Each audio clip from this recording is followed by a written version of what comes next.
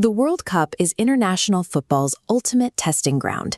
Nations spend years engineering highly specific, finely tuned tactical systems, calibrating every player's role to perfection until a single component snaps.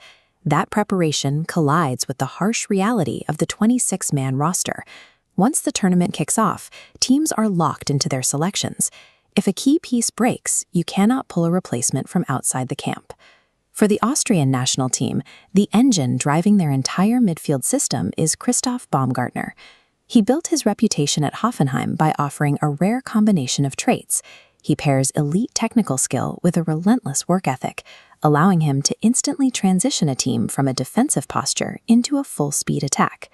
Then, during a pre-tournament training session, a severe thigh injury officially ruled Baumgartner out of the World Cup.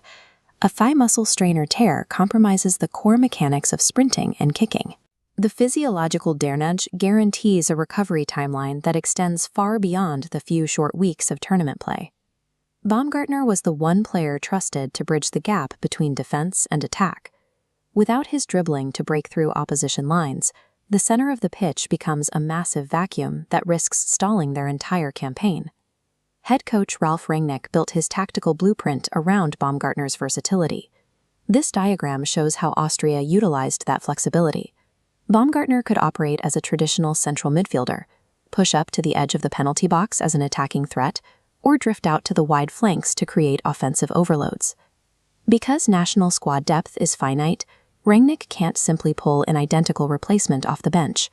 Without that central connection point, the specific passing lanes they've practiced for months are no longer functional.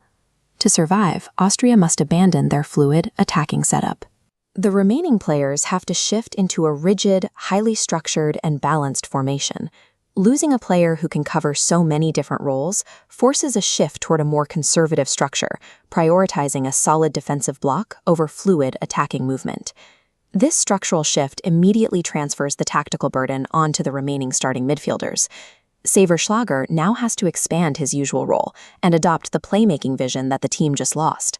Meanwhile, Konrad Laimer must cover the newly exposed defensive gaps, all while maintaining the physical momentum required to support the attack. Together, these two have to artificially replicate Baumgartner's line-breaking dribbling and link-up play by combining their individual skill sets to cover his massive empty space. This data overlay illustrates the extreme physical toll of the adjustment. To maintain the integrity of this new formation while executing complex tactical instructions, their required running mileage spikes drastically. Rangnick's rebuilt system hinges entirely on Schlager and Laimer successfully absorbing the physical and tactical workload of 3 players. Beyond the physical metrics lies the psychological toll. Losing a central figure just days before kickoff naturally shakes a team's collective confidence. Austria's leadership must immediately reinforce squad morale and establish a unified, fighting mindset to confront the adversity head-on. Look back at the history of international football, and a clear pattern emerges. The intense physical demands and packed schedules of tournament play mean that injuries routinely shift the balance of power. Champions are rarely crowned because they flawlessly executed Plan A. They win because they figure out how to survive using Plan B.